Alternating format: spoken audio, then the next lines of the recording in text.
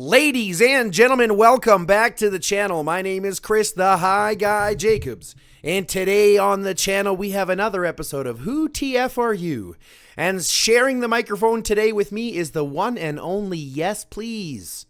YesPlease, go ahead and say hello and give a little bit intro about yourself. How you doing, everybody? I'm YP, or YesPlease. I'm the president of Region 49 currently. And I got to shout out Karma, Barris, and Venom, because if I didn't, they won't watch the video. So that's right at the beginning. Sorry, Chris. Totally fine. A little over 2 years now. Oh, perfect. And what's your might? 350 million. Oh, Big Daddy in the house. Holy jeebus. I'm not a whale. I'm just like a shark, maybe a small shark or a dolphin. Yeah, I like that term. I like the term dolphin. That's probably my favorite term is a dolphin. Yeah. Until you realize how much of a dickhead dolphins are in real life. So, 2 years in the game. What's your main? I play 3 rider or 4 rider squads, and then 1 or 2 infantry. Snipers are only to fill rallies. They die way too fast. Yeah, that's right. Unless you've invested a lot into them, they have. What's your highest, if you don't mind me asking, and only if you know, what's your highest hero might? So like your one hero might that you normally roll with. I have around 7 million. Nice. Good. Yeah. I mean, if you're... It's just maybe just under. Yeah, and if you're rolling at 300 million might, you better have at least a 7 million garrison or a 7 million march or 2, right? Yeah, or 4. Yeah. But it gets expensive. Yeah, don't rub it in. I've barely got one. Okay, let's go. You can pay the credit card bill. No, I can't. I physically can't. I physically can't pay that bill. I don't want to anymore. Yeah, it's crazy. It is. I mean, and they've thrown a lot of stuff at us. So, I mean, you know, that bill kind of just explodes all of a sudden. You know what I mean? I find myself spending more on it, too. Well, with vehicles now and then the Beast and the Survivor files, it's like before I mean, we're always G1, G2. And even me with 4 heroes over 6 mil range, I still melt with some of these big guys, or if 2 or 3 people that are strong hit you, it's crazy. Yeah, and they just keep widening the gap. Well, every time they add a new addition, it's like I mean, as I mentioned in my most recent video, and I did just about the beast base, not about the individual beasts themselves, because that's a whole other, you know, bag of worms. But I was talking a lot about how, you know, they've basically, with every single addition, kind of superseded the entire, you know, situation before. The only situation where I look at that as a little bit different is the survivors. I mean, don't get me wrong, they're pretty influential, but they're not nearly as influential as armaments are. Right. Armaments are still kind of key for your individual marches. Right. Until you get to the top maps where we are, and there's guys that have already maxed out the survivors. So they're getting 5% damage reduction and a 5% squad damage. Like a 10% damage boost is wild. You know, it definitely adds up. And there's very few players, but there are a few have maxed it already. Really? I guess I haven't. I guess I'm not thinking about the top of the game. That's kind of where you're playing right now. So you're saying that the squad survivors themselves are pretty influential as well.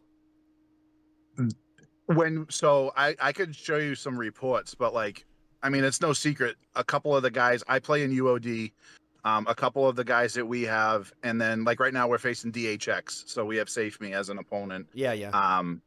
And when Coco and Safe Me rally each other, and you see some of the stats in these reports, your jaw just hits the floor. It's kind of crazy. Yeah, it's wild. I mean, I'm pretty strong compared to most players. And Safe Me caught me yesterday. He used the heliport, and I was marching to City 8. Yeah. And I just instantly melted. And then you look at, I mean, he has beast, a golden beast at level 100 already.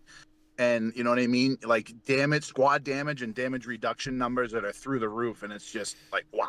So this is something I've actually been curious about, because I haven't seen any reports especially on having those ones when you have those full beasts like done. because Hmm. a lot of where they're a lot not descriptive enough in the game from IGG and the developers is how the beasts actually influence every single march. Because they've basically said, in their writing that they only fight against beasts and they're not affected by troops and heroes. Right. But I assume that there are stats on the beasts that transfer over to the troops and heroes themselves as well. Am I correct? Yeah, so it seems like looking at reports, if you target somebody and they don't target you, and they're dealing counter damage, then the beast on the reports, their beasts are dealing no damage, Right. but your beasts are dealing damage to their beasts. Once you defeat their beast and remove all of their HP and whatnot, then you're doing actual damage to them. Or it seems like your damage numbers are kicked up compared to what they were before. Right. So you're going to have the additional damage. I'm more curious about, like, if you look at the lava rhino, for example, or even Mm-hmm. even the saber tooth, for example, they have that squad damage reduction. Does that squad damage reduction feature, is that attributed to the troops as well? So in reports, I haven't seen it change. I tested it a couple days ago, and I sent a squad with no beast, and I fought somebody. Looked at my squad damage, looked at my damage reduction, added the beasts, went back out, did it again, and those numbers were the same. Okay. But the damage that I took and the damage that I dealt was different. So I don't know if it's just not reflecting in the report, but they definitely make a difference when you're fighting somebody. Hmm. So even in IGG's own thing, they haven't been able to make it clear. Hey, go figure. Yeah, of course. Yeah, yeah. Just throw money at it, and we'll maybe figure it out. And if not, we'll just invent something else for you to throw money at. Well, exactly. We'll just give C something else to throw money at instead of fixing the servers Yeah, or making it a little bit easier for us to play. yeah. Or fixing matchmaking. Yeah. You look at G1, 3v1 on G1. That's always cool. Don't. That's a good one we can actually rub in. Screw that. Fuck IGG. Yeah. Pardon my French. They got to get their Yeah. head out of their No. ass for sure. I've spoken, I mean, more times than I care to admit, to their like dev customer service, whatever, and I've made suggestions that I thought would really help, and they're like, "Oh, that's a great idea." Basically, go f yourself. Like then Yeah. it disappears and it falls, and then you see the same mistakes that they make. And like I know they're all about making money, but they would make more money if they could figure the matching out.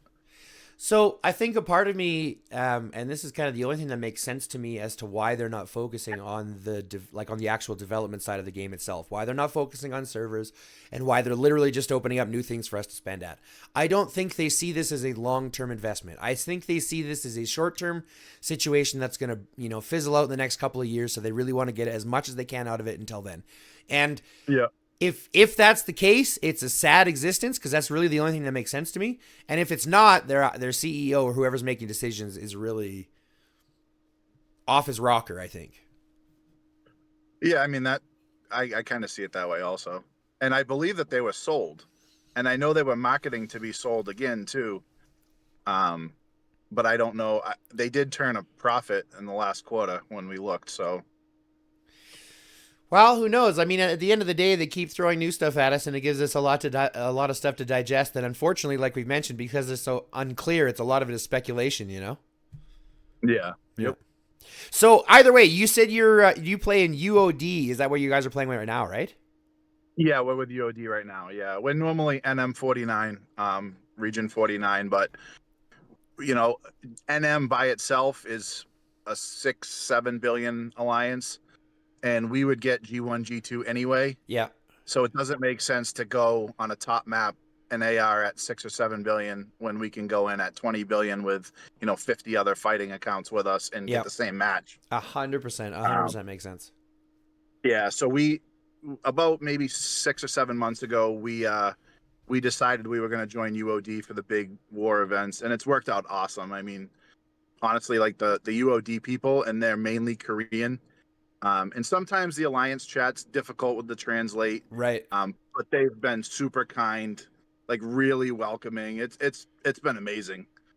That's good to hear. I've especially since I've heard that a lot of alliances at the top, especially things like SSI or ROK, things like that, are pretty strict and pretty cutthroat and things like that. So it's nice to hear that even some at the top are still being welcoming and accepting and stuff like that.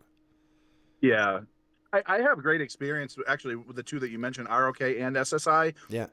My first AR, I was on G1 and it was like DHX and ROK. And I saw so many disturbing things in the event chat, and I was like, "Whoa, this is wild! Like this, like feels like real life hatred." But then once I got to know a lot of the people, like there's a lot of good people, and like anywhere else, there's only a couple idiots that really kind of tarnish the name for other people. But Yeah. SSI has a lot of great players, and I stay in contact with some of them, and ROK has a lot of good players too. And I mean, we fight in UOD, we fight ROK like every other event, and it's insane, like massive bloodbath. You look at Pirate King and it's just wild, the amount of money and kills and troops that everyone goes through. But then at the end, everyone's kind of like, hey, GG's, like you guys are crazy, it was fun, 24 hours straight war we had with them. Yeah. Well, I mean, Yeah. that's the difference. Once you're up into G1, even in those top G10 areas, it's like the fighting. Like I experienced it once, just recently here. When we merged into 420, we were very inflated at about 6.5, almost 7 million might, or 7 billion might, pardon me. And we ended up in I think it was 17 or G7 or something like one of those, like crazy. And we were in the same one with Zed and Panda. Not a chance. Okay. There was no way I was ever playing in that. Because I mean, once you have a 7 million garrison, right? If you're not even close to that, like there's no way you can get through that with pretty much anything. Like there's no 4 million heroes that's going to break a 7 million garrison. It's The rough. reports So are crazy. yeah, and you Z's start a to see homie, those. too. Z's a good dude. I like him a lot. He's a good friend of mine. I talk with him quite a bit too. Ah, you're American. You said Z. Yeah, Z. Yeah. ZA. No, I call him Zed. I call him Zed because that's the letter. It's Zed. Zed. Don't get it twisted. So I do hear an accent though. Where are you coming in from? I live just outside of Boston. That's what I thought. I can hear the accent. That's great. Yeah, a little bit. Yeah, no, just a little bit, just enough. Okay. Yeah, just enough. Especially when you said water, I was like, I heard it. Yeah, water. That's good. My Canadian accent comes out when I drink, which I don't do anymore. So fair enough. I stopped drinking when the hangover lasted 4 days. I was like, nope, it's not worth it anymore. Dude, I've been there. I think my last bad one, I woke up in a cardboard box and I was like, yeah, I can't do this anymore. Yeah. Getting a little old for this. So if that's not a big red flag of why we shouldn't drink, eh? Yeah. That's right. Okay. So let me ask you a question. We've got some brand new heroes that are coming up. We've got Sophie and Ethan about to hit the map. Now we haven't seen them in action yet, and obviously you're going to be the one seeing them in action first. Super awakened and things like that already first. Yep. Where do you anticipate them influencing the game? Like, do you see them influencing do you see them influencing like heavily? Do you see them as being S tier heroes or? I'll be honest with you. I don't mess with ranged much. Yeah. So I've looked at them, and they both look good.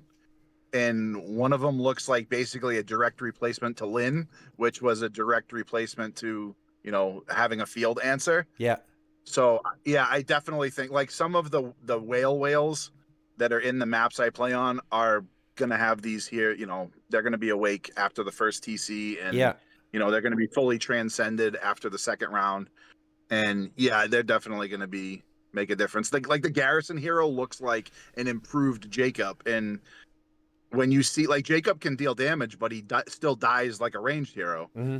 But if you start pairing now, increasing the HP on them and with all of the vehicles and stuff, range is scary. Yeah, well, that's why I like bikes. especially now. Like I've looked at it and what they've released for ranged recently. Like you look at since they released Julia, right? Like the progression of heroes since Julia for ranged has been astronomical. It's like every single addition they've gone to ranged has just not only changed the game, but like changed the meta as a whole, right? As soon as because they're stronger and faster. That's the thing. It's not they gave you a hero to run away. They gave you a hero that can run away that's also a lot stronger and can live longer. Well, especially when you consider pairing someone like Lynn and Sophie together, when they both produce movement speed, they both produce defense in the field, they both produce damage reduction in the field. It becomes a situation where your ranged heroes are now going to be as tanky as your riders and as fast as your infantry. That's right. What? How is that fair? I'm an infantry main. How is that fair? Even, like I said, even I run 3 or 4 rider squads. Yeah. And I still, I struggle with some of these top tier, like ROK has a couple players that have insane, level 25 ranged vehicles and 7 million armament sets. And even now with these heroes, it's rough. Yeah. And they're all AoE too. So they're they rally and like at our level, you don't set counter rallies because for the most part, you swarm the rally because by the time the counter rally goes off, you could have already swarmed it. Right. And the AoE is like nuts. Like yeah, you look at these reports and there's hundreds of players that are taking 3,000, 4,000, 6,000, 10,000 ticks down, a laundry list report. Yeah. And when you start to see the numbers, creeping up into 20, 25 million loss on one side, you're like, oh, that's a painful report. Oh, yeah. Yeah, we had on Genesis when we had ROK and we had, I think they rallied the science hub in the middle. And I was like, oh no. Like you start doing the math and you're like, yeah, well, if both of us lose like 6 to 10 million troops and then think about what it costs to train them and even at 70% rebate, it's like, yeah, no wonder why they put us against each other. These guys, devs are making money. No doubt. Like I experienced a situation where I lost, I think 200,000 troops in one event. And that was like lost 200,000 troops. So having to rebuild that. And that made me really, really think about, where you're putting troops in and where you're fighting and how you're, being more strategic with what you have available. You know what I mean? Oh yeah, 2 ARs ago, I was being kind of foolish after we fought ROK for 24 hours straight, and I let them rally my shelter, triple rally it. No.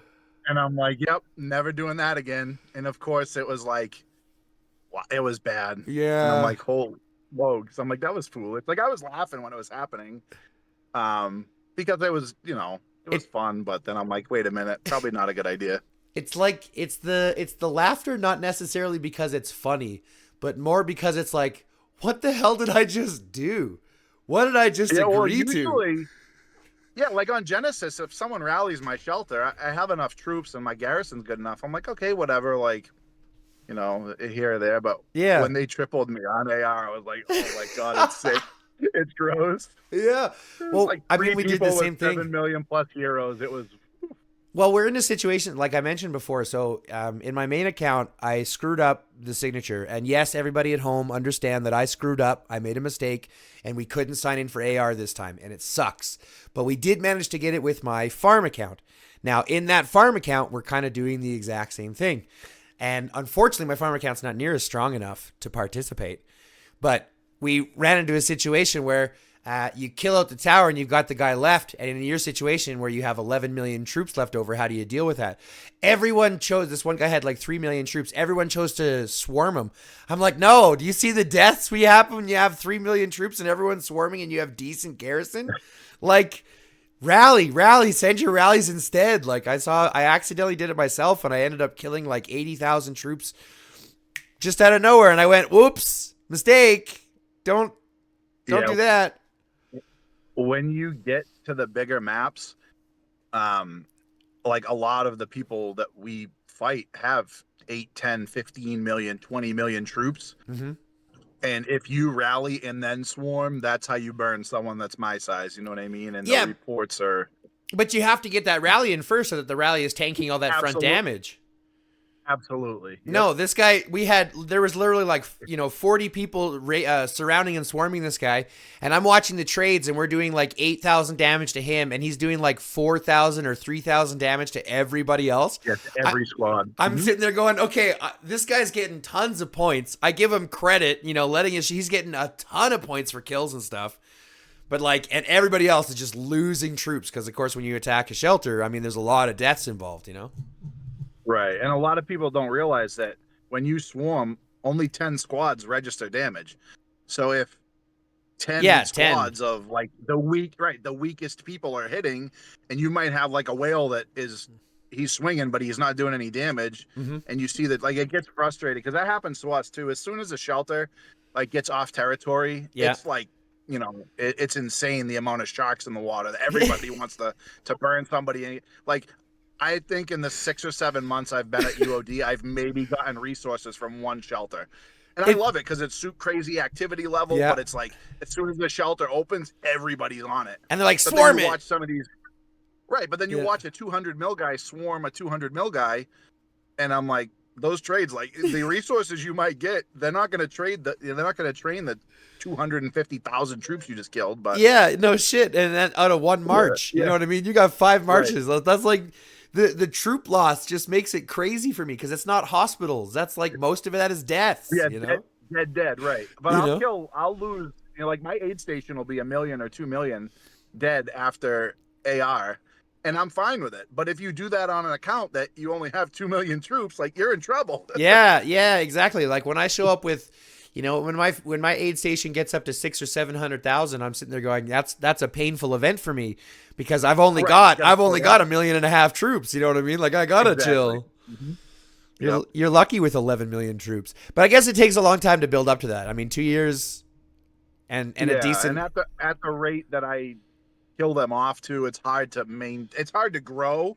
I'm kind of more in a maintenance phase now. Like, I hovered at like 250 for a while, then 300, and now with all of the new stuff, a lot like the survivors and the beasts and stuff, a lot of the might is there. Yeah. That's totally understandable. I mean, like the ROK. Sorry, go ahead. Yeah. No, the AR we had with ROK the first time where we fought nonstop, I had like over 3 million in the aid station. Oy. And that was painful. Like, that took me, thank God we had like a 3-week lapse between events. That took me a while to recover from that. So if you don't mind me asking, and you have every right to say go fuck myself, let me ask you a question. And I've asked a couple of my other participants as well. I'm actually curious. What kind of budget do you set aside for this game? That's a good question. Until like very recently, I didn't really have a budget, and I think that was a problem. Yeah. So I would kind of like if I wanted something, I would buy it.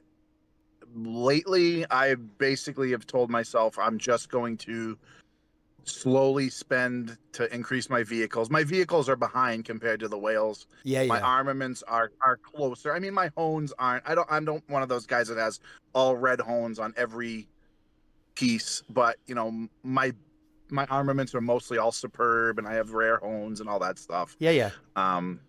So I try not to spend on honing anymore. I just use the free chances or use the trucks to raid to get chips to do that. Yeah.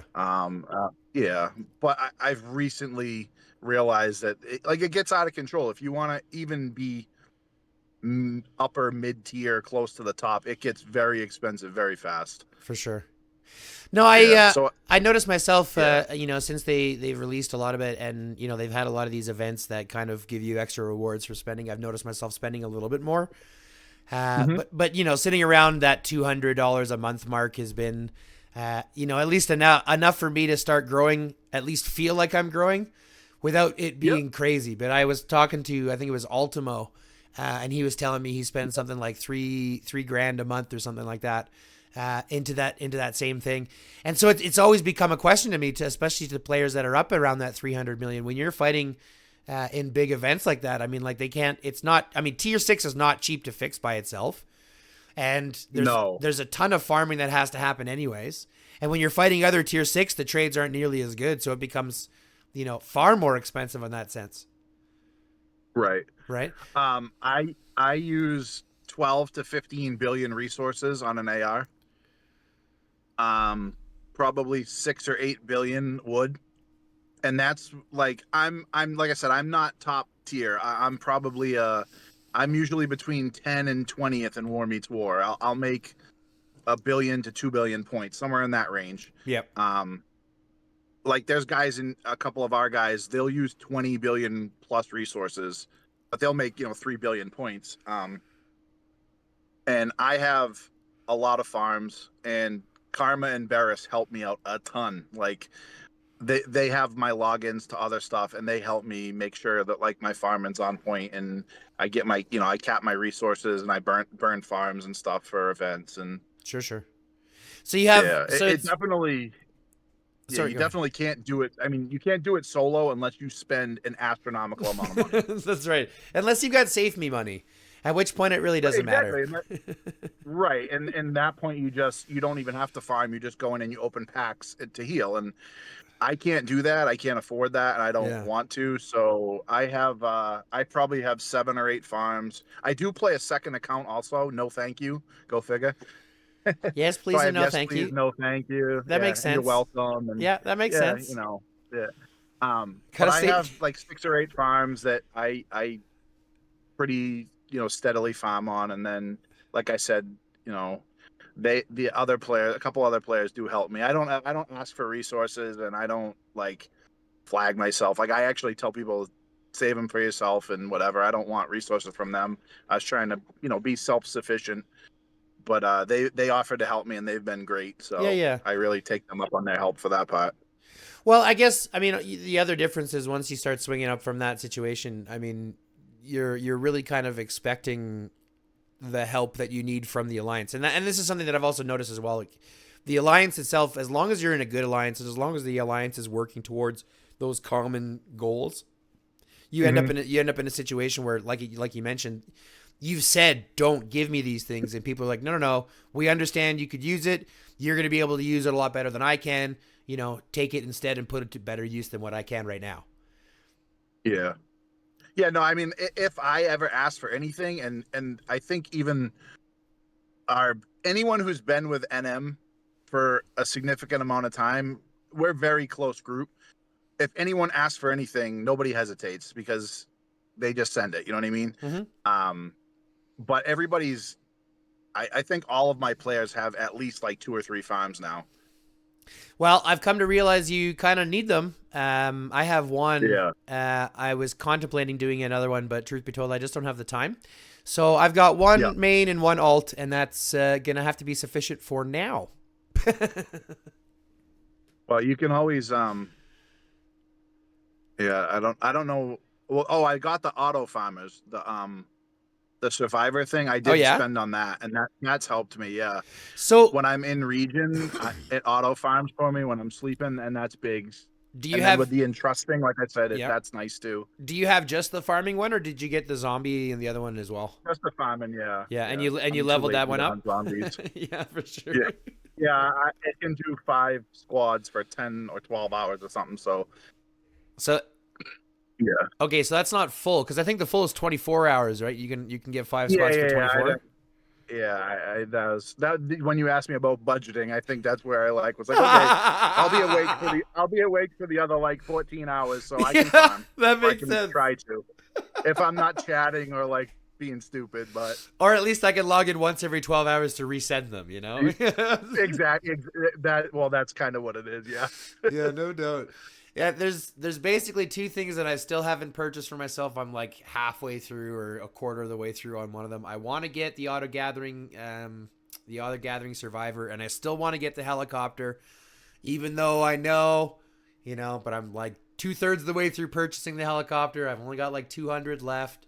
I got to just bite the bullet and get it, but it's got good stats, so I can't not.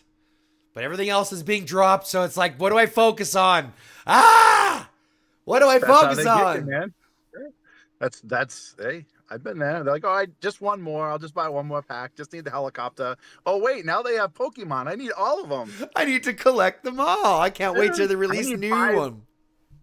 It's like, oh, and then I see like I'll fight a Safe Me or somebody and be like, oh wow, like my arms are actually kind of bad. I need like a 5th set of Superb for bikes. Like let's chase that now, and it's.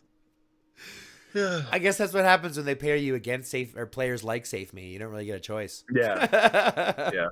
Yeah. Right. Well, yeah. Well, like I mentioned, anytime you want to come bang with us in GROP, you let us know. I could use a whale or two, so that'd be totally I fine.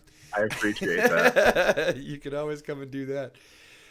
So let me ask you a question now. I mean, you've been with the game for 2 years. You've kind of Yep. seen it progress. You started, you said, in region 42. Is that right? 47? 42. Yep. Yeah, I 42. started in 42. Yep. Hmm.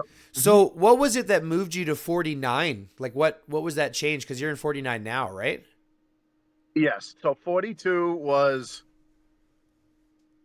it was kind of like it was a very fast progressing region. We'll put it that way. It was like a whale region. Sure. Um, so there was three decent sized alliances. I was, a leader of one, and then the two other, actually Ultimo is in 42 also. And with the new guys, New Dawn, they had three or four guys that would spend some money. And then there was 42 MP, which had, quite a few big spenders. A lot of them all moved to BTW and then H&B. Um, and so when like TC rolled out, it wasn't like it is now, and it was a wallet war, Mm-hmm. and it got to the point where like I would finish, in the top 10 and get my heroes, but like no one else on my team really was, Right. and they were kind of a couple of my guys. I mean, I had a couple guys that would spend too, obviously, and they were just kind of like, you know what, maybe we should think about making some type of a structured TC amongst the region. And at the same time, I had a friend in 49, and they rolled out Dark Seal, and he was getting hammered. He was the only T6 player in that region. He Oh was the boy. only like, semi whale. And he messaged me and was like, "Hey, I'm gonna move." And I'm like, "Don't move to 42. You'll, unless you're gonna light your wallet on fire, you're never gonna get a hero here." Yeah, yeah. Um, and so he was like, "Well, you want to come to 49?" And I'm like, "Sure." And so it was just, I like, it was just a spur of the moment thing. And I sent a message to my guys and I was like, "Hey, you guys want to move?" And they're like, "Yeah, that's cool, whatever." And, but because of the way that it was structured, it was expensive. Yeah, yeah. That was back when it was before immigration was easy. Yeah. Yeah. I mean, I was the highest might in the region when I moved. I want to say I was like 150 mil, maybe. I don't remember. It wasn't, but I was the highest might account. Um, and like I like killed off all my trucks, like trying to get reductions in tickets, but it just, and most of my guys that moved were also much higher than the region, so they all had to pay penalties, so it was really expensive. Yeah. And then we moved, and then 2 weeks later I could have did it for $1. See, that's how they get you. And that's how they should Yeah. get you to leave. But for some reason, whenever they piss on us after we do something special like that, we're still Hmm. sticking around. We're like P. Diddy's audience. Do you know what I mean? Or no, R. Kelly's Yeah. audience. You know what I mean? Like I we mean, just, I lost probably like $1,300, you know what I mean? oh, But kick yeah, me in the I got gems balls. or whatever, but it's just, yeah, it was a tough one to swallow for sure.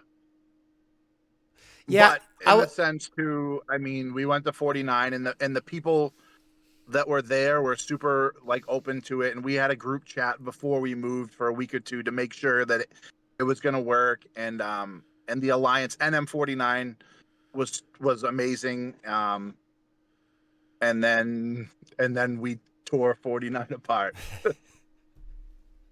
you moved in and uh just burned the house down. yeah, it was. So we moved in, and like I said, Dark Seal was a thing.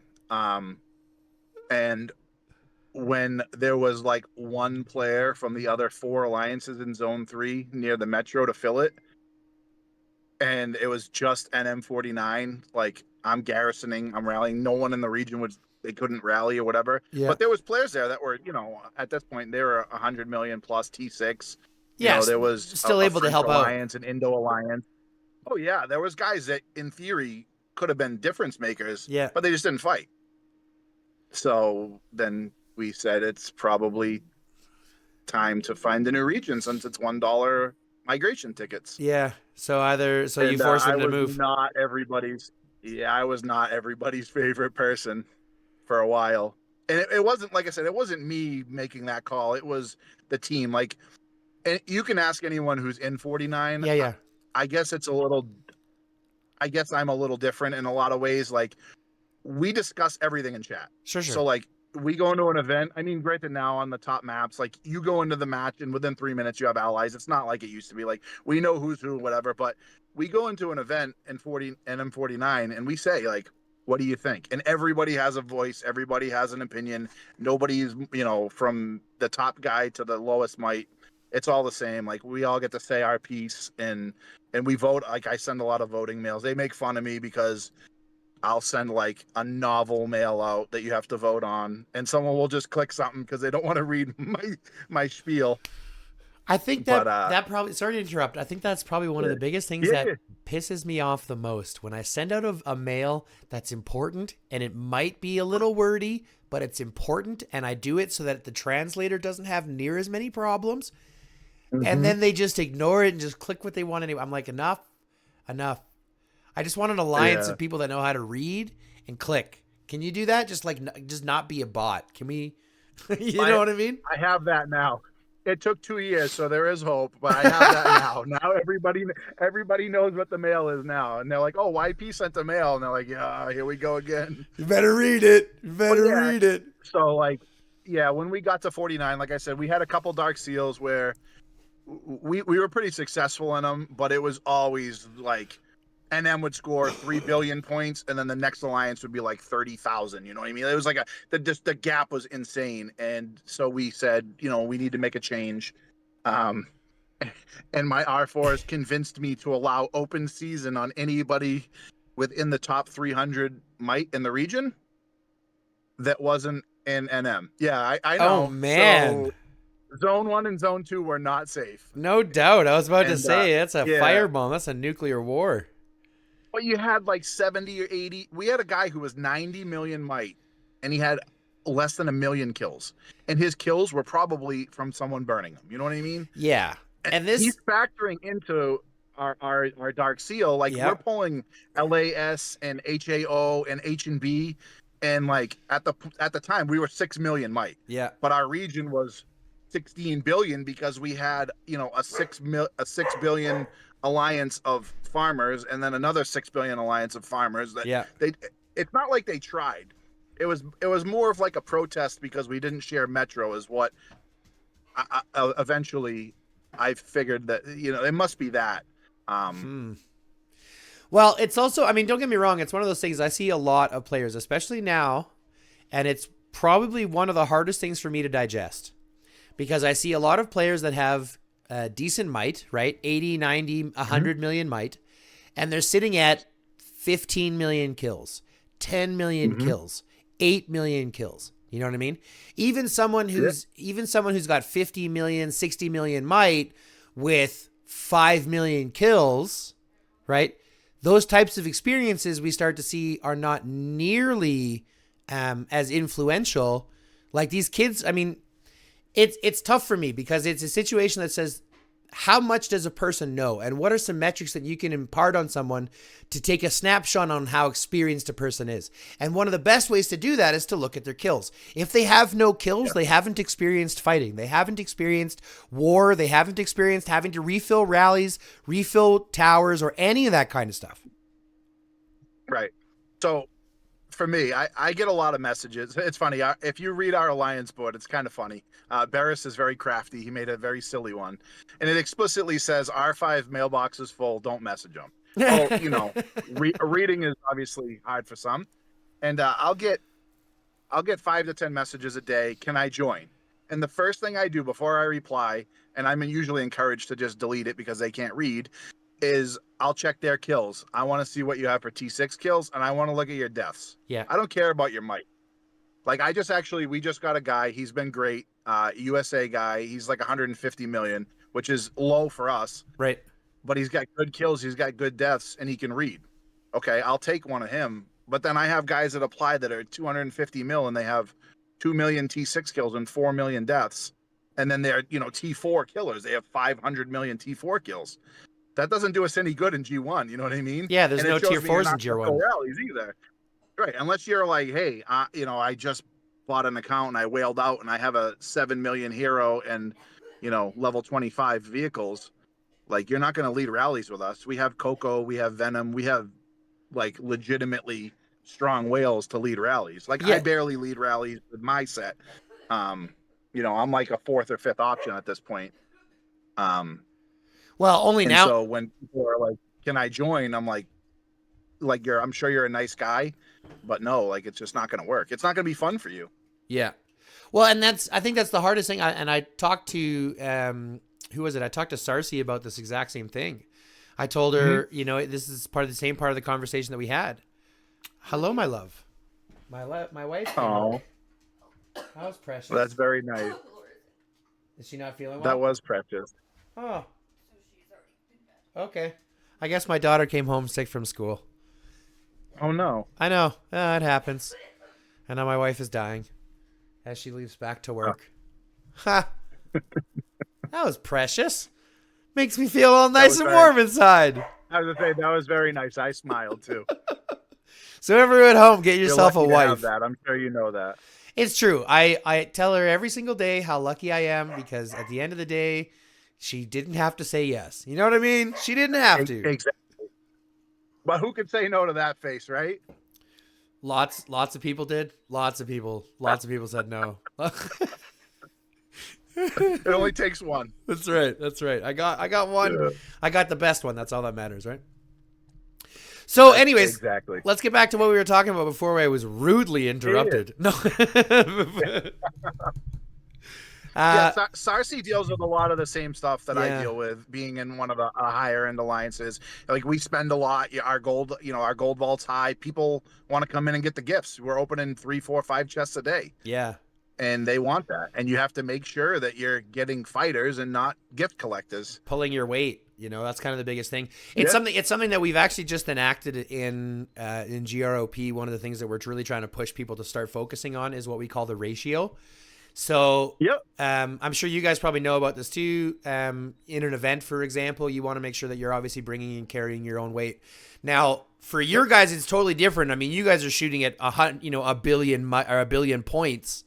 At 300 million might, you guys are scoring 1 billion points. But if a player in our G rating, for example, at 50 million might can score 50 million points, I mean that's a pretty active player. That's a pretty substantially fighting player.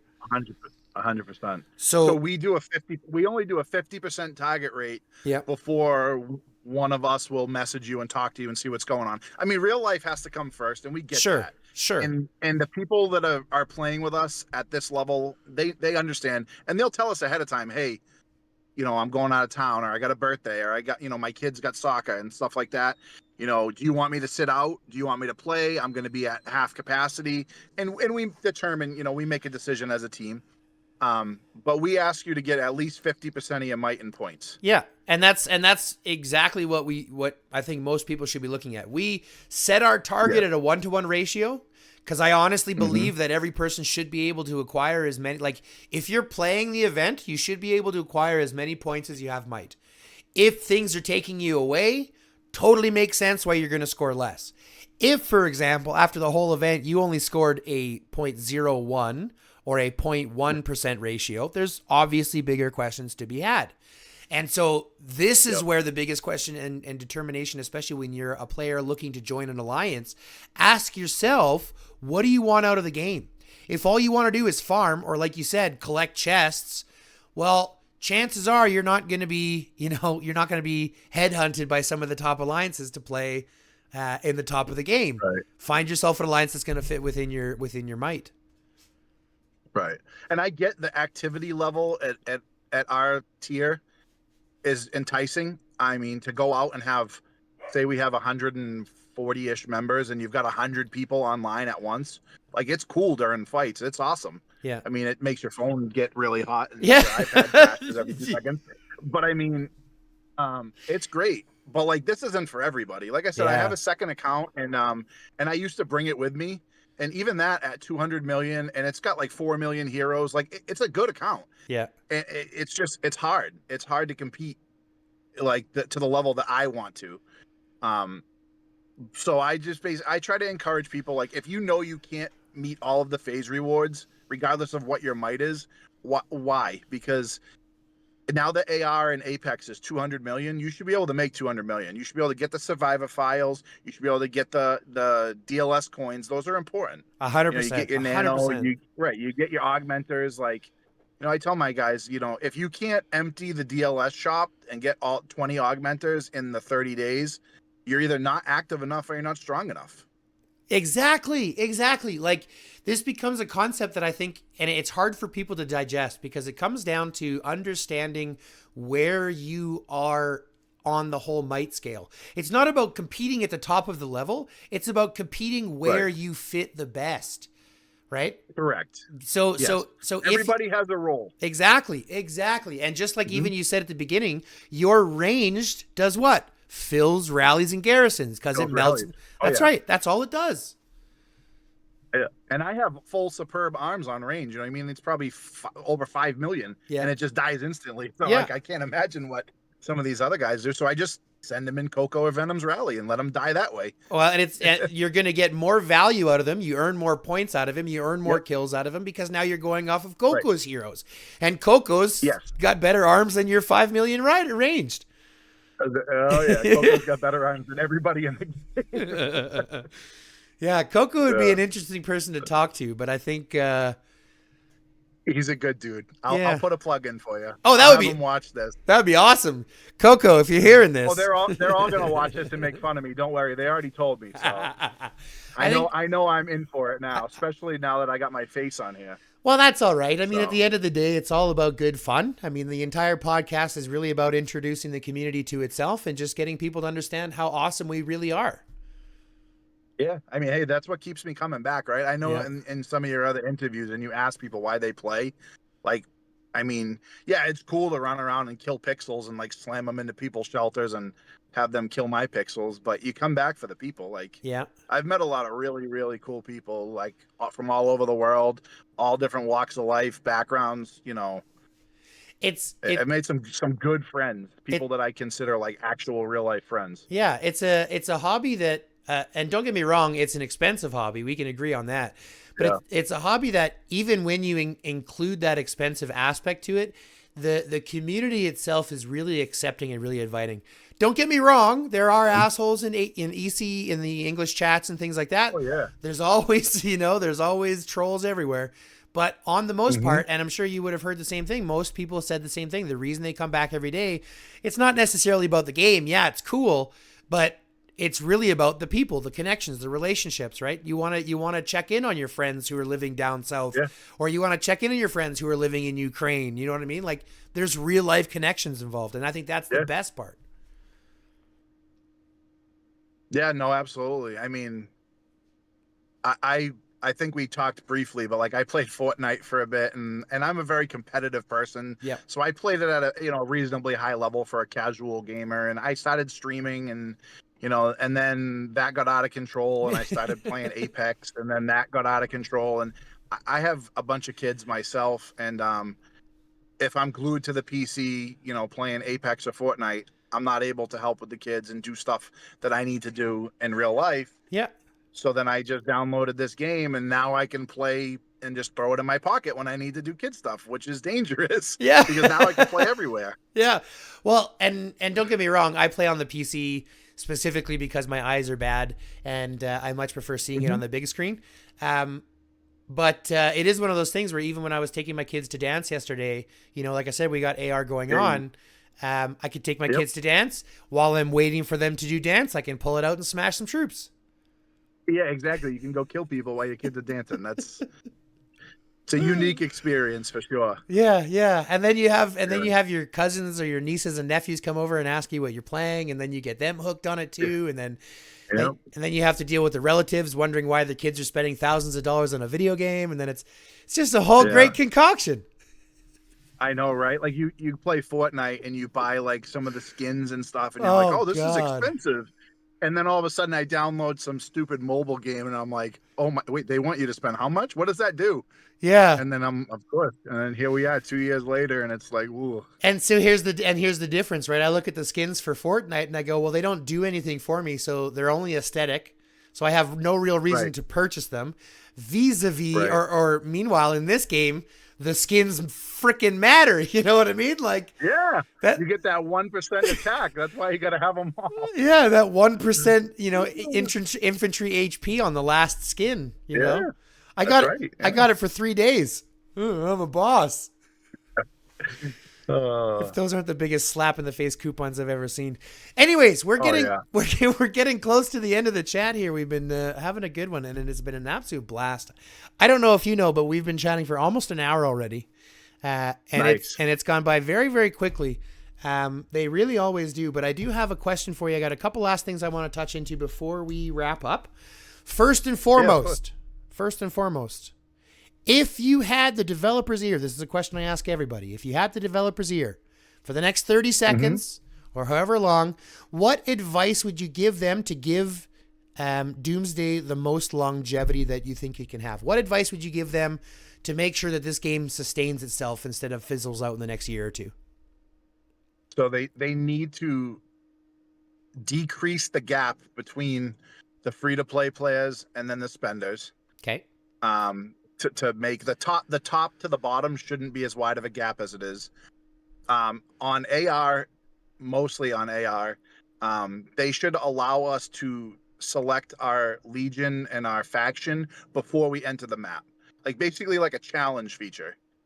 So then that way you don't get these family alliances that are in legions with people against their other family alliance that they don't want to fight, and then they sit out, and it's just like if you look at That's G1 right interesting. now as a perfect example, you have ROK, and then you have H&B and Evil on the bottom, and then you have 4KO on the top. Those are all H&B and ROK families. So now SSI is going to 3v1, and one of those other legions is going to miss out on rewards because they don't want to fight their friends or whatever.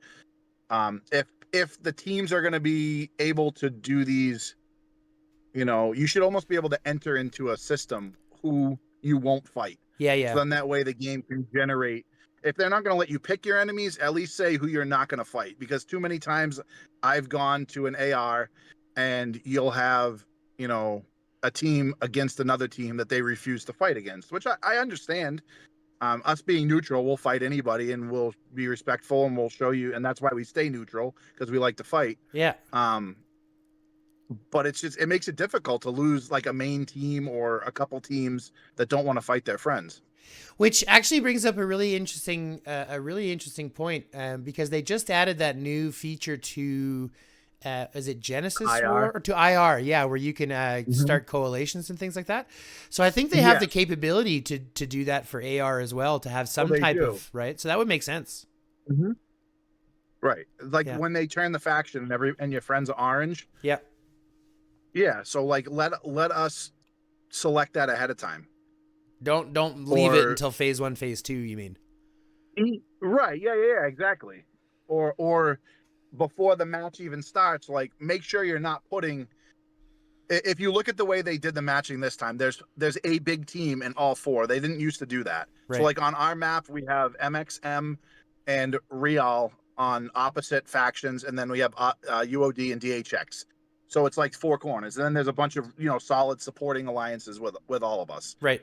But if you did that and say Real and MXM were family with UOD, now DHX is going to get 3v1, and that's not fair. Like, I understand what they're trying to do, but they're either not paying attention or not putting enough effort in to assuring that they give us a good match. And with us getting a good match means we're going to kill more troops, spend more money. They win in the end when we fight. Yeah.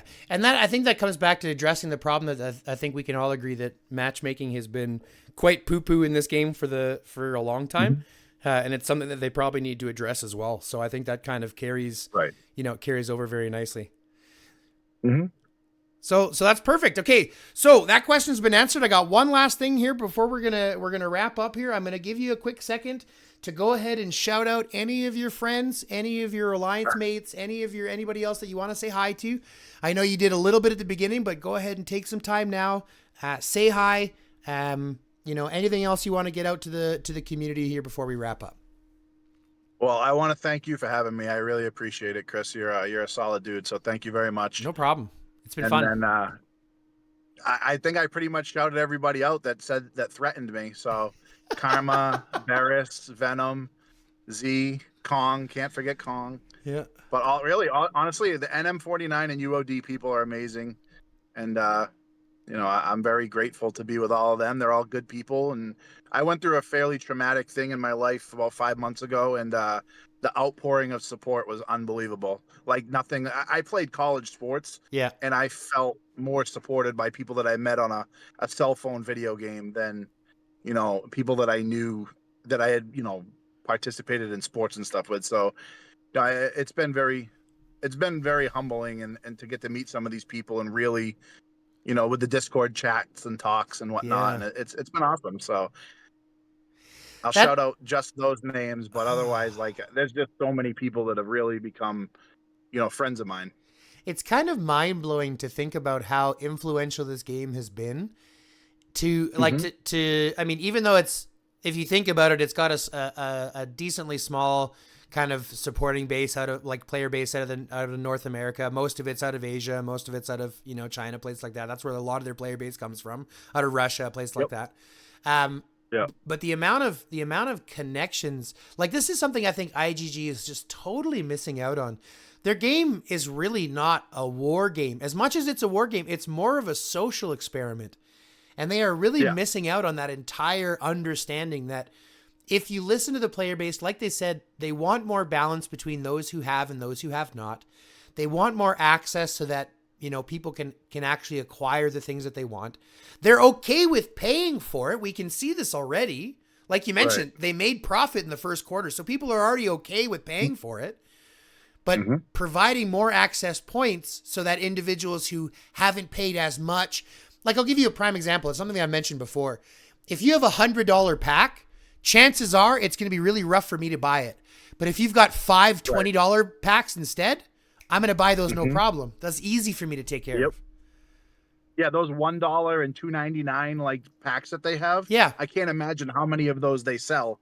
And if they went more to the volume method instead of, it would also help, the very mild spender has a much easier time spending $1, $3, or $5 than $100.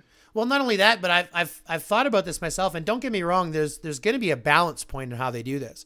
But if you look at the helicopter, for example, was a $400 investment, right? $400, yep. $400 to get the helicopter. So let me ask you a question. What do you think would be the percentage of people who would buy it at $100 versus having to buy it at $400? Do you think there would be 3 times as many people that buy it? You know what I'm saying? Like, more. It would probably be like an 8 times ratio, and they would actually make more money based on it. Yeah, of course. Right. That's exactly what I've been thinking. So in my head, I'm going, where is their mentality? Because if they have such high purchases, and obviously they have a small percentage of people who have no problem spending them, but what is your focus on that small percentage or on the vast majority of low spending players who are looking for more avenues to increase their might on something that fits their budget? Right. That's the biggest point to me.